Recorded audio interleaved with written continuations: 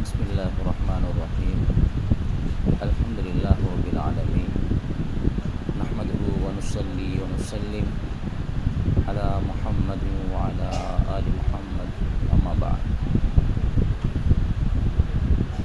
கண்ணியத்துக்குரிய அல்லாஹ்வின் நல்லடியார்களே, அன்பு சகோதரர்களே, அல்லாஹு தஆலா இந்த உலகத்துடைய வாழ்க்கையில் ஒரு மனிதன் சந்தோஷமாக, கண்ணியமாக, உயர்வாக இருப்பதற்கு மிக முக்கிய காரணம் எங்களுடைய பெற்றார்களாக இருப்பார்கள், எங்களுடைய தாய் தந்தையர்களாக இருப்பார்கள். மார்க்கம் எந்தளவுக்கு தாய் தந்தையுடைய முக்கியத்துவத்தை சொல்கிறது என்றால், ஒரு மனிதர் ஹதரத் ரசூல் ஸல்லல்லாஹு அலைஹி வஸல்லம் இடத்தில் தாய் தந்தையுடைய பாக்கியங்கள், சிறப்புகள் சொல்லும்போது, தாய் தந்தையர்கள் இல்லாமல் இருக்கும்போது நாம் என்ன செய்வது யா ரசூலல்லாஹ் என்று கேட்டார். நபியுல்லாஹி ஸல்லல்லாஹு அலைஹி வஸல்லம் சொன்னார்கள், உங்களது தாய் தந்தையுடைய சகோதரர்கள் இருப்பார்கள், சகோதரிகள் இருப்பார்கள்.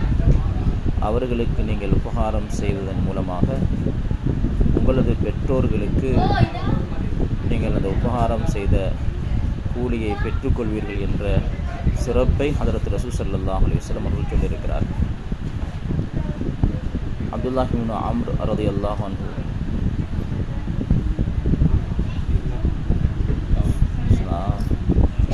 சொல்லும்போது, قال رسول الله صلى الله عليه وسلم رضا الله في رضا الوالدين وسخط الله في سخط الوالدين ரவாஹ் இப்னு ஹிப்பான்.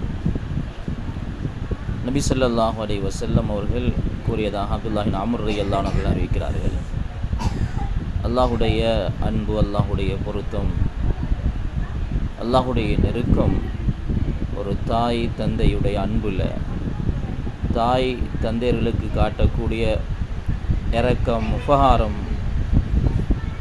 அதில் தான் அல்லாஹு தஆலா அந்த அடியானை விரும்புகிறான். அல்லாஹுடைய உதவி இருக்குது. எப்போது தாய் தந்தையுடைய உள்ளம் நோவினைப்படுத்தப்படுதோ, அவர்கள் எங்களால் கஷ்டப்படுத்தப்படுகிறார்களோ, நிச்சயமாக அல்லாஹுடைய கோபம் எங்கள் மீது இருக்குது என்ற கருத்தை ஹதரத் ரசூல் ஸல்லல்லாஹு அலைஹி வஸல்லம் அவர்கள் சொல்லியிருக்கிறார்கள். உலகத்துடைய வாழ்க்கையில் எங்களுடைய முன்னேற்றத்துக்கு, எங்களுடைய கண்ணியத்துக்கு, உயர்வுகளை, அந்தஸ்துகளை, திறமைகளை அடைவதற்காக வேண்டி முழு முயற்சியாக சிரமப்பட்டவர்கள் நம்முடைய பெற்றோர்கள்.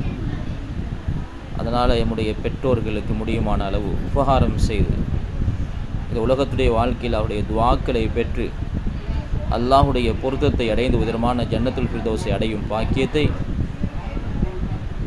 அல்லாஹு தஆலா எங்கள் அனைவருக்கும் தந்தல்வானாக. வாஹிர் தாவானா அல்ஹம்துலில்லாஹி ரப்பில் ஆலமீன்.